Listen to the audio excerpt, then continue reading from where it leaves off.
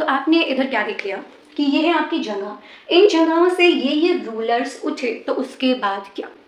तो ये रिवोल्ट को करने के लिए, रिवोल्ट ऑफ 1857 को करने के लिए अलग अलग जगह से रूलर्स उठ जाते हैं, जैसे आपको पीछे बताया।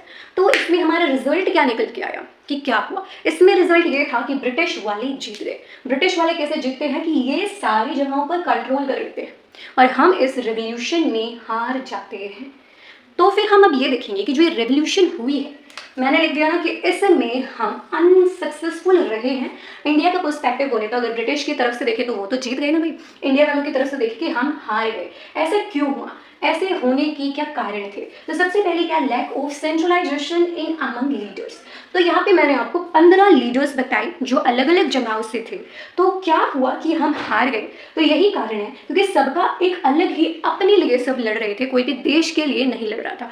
सबके खुद के रीजंस थे। कोई ये चाहता था कि पेंशन्स को बढ़ा दिया जाए, उनको बंद ना किया जाए। किसका ये रीजंस था कि मेरे को अगर उस राजगद्दी पे से हटाया है तो मैं उसको एज अ मतलब मेरे दुश्मन हो गए तो मैं इसलिए लड़ रहा हूँ। तो ये सबका अलग अलग रीजंस था। ऐसे ही हम देखें रानी लक्ष्मीबाई, वो अपने बेटे के लिए लड़ रही थी। तो ये क्या है, इस समय सबका क्या था, अपना खुद का प्रॉफिट, मतलब खुद के लिए लड़ रहे थे। वो साथ में होकर नहीं लड़ रहे थे। यहाँ पे मैंने आपको 15 लीडर बताए। यहाँ के कोई भी उभर कर एक लीडर नहीं आया, कोई एक सेंट्रलाइज्ड लीडर नहीं आया जो इस रेवोल्यूशन को लीड कर सके। ये एक कारण था हमारी हार का। दूसरा क्या था कि ये बिल्कुल भी प्लान नहीं था, कि ये जो भी कर रहे थे प्लानिंग के साथ नहीं कर रहे थे। ऐसा क्यों? क्योंकि जितने भी जो रेबल्स हैं, रेबल्स उनको बोलते हैं जो रिवोल्ट करते हैं, तो जितने भी रेबल्स थे उनके बीच में कम्युनिकेशन बहुत कम था। और आप ये देखिए कि जो ब्रिटेन वाले थे उनके पास ज़्यादा वेपन्स थे, है ना, और इनके पास इतने तलवारें वगैरह की चीज़ नहीं मिलेंगी। उसके बाद क्या, यही बताया ना मैंने, बहुत सारे जो ये रेबल्स थे ना, इनके खुद के कारण थे लड़ने के लिए ब्रिटिश वालों से। ये ऐसे ही बहुत सारे, जैसे मैंने आपको पहले बताया कि बहुत सारे सोशल इन्होंने सोसाइटी में चेंजेस लाए